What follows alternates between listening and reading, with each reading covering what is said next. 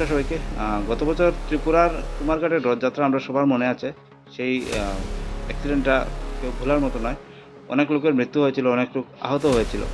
তো দুর্ভাগ্যবশত এবার আবার এই ঘটনার পুনরাবৃত্তি ঘটে বাংলাদেশে। বাংলাদেশের বগুড়া অঞ্চলে একটা রথযাত্রা আরম্ভ হয় এবং সেই রথটা যখন শিব মন্দিরে নিয়ে যাওয়া হচ্ছিল, তখন সেম আবার বৈদ্যুতিক তারের সাথে সেটা সংযুক্ত হয় এবং সংযুক্ত হয়ে এখনও পর্যন্ত যে রিপোর্ট পাওয়া যায়, 6 জনের মৃত্যু হয় এবং 20 জনের উপরে প্রায় আহত।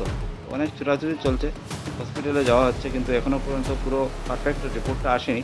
এ ব্যাপারে মনে হয় যারা কর্তৃপক্ষ, সেই কর্তৃপক্ষকে বিশেষ ধ্যান দেওয়া উচিত। বৈদ্যুতিক তারগুলা অনেক নিচে থাকে এবং রথের যে হাইট অনেক বেশি থাকে। তো শুধু কর্তৃপক্ষ নয়, যারা দর্শনার্থী, যারা রথে পরিচালনা করেন, তাদেরও এই ব্যাপারে বিশেষ ধ্যান দেওয়াটা উচিত আমার মনে হয়। কারণ গত বছরও এরকম একটা ঘটনা ঘটেছে, আর এবারও সেই ঘটনার পুনরাবৃত্তি হয়েছে। তো এ ব্যাপারে বিশেষ ধ্যান দেওয়াটা আমার মনে হয় খুব বেশি জরুরি।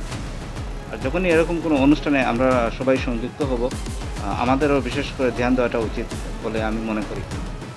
তো ধন্যবাদ সবাইকে ভিডিওটা দেখার জন্য। যদি সম্ভব হয় শেয়ার করে দেবেন।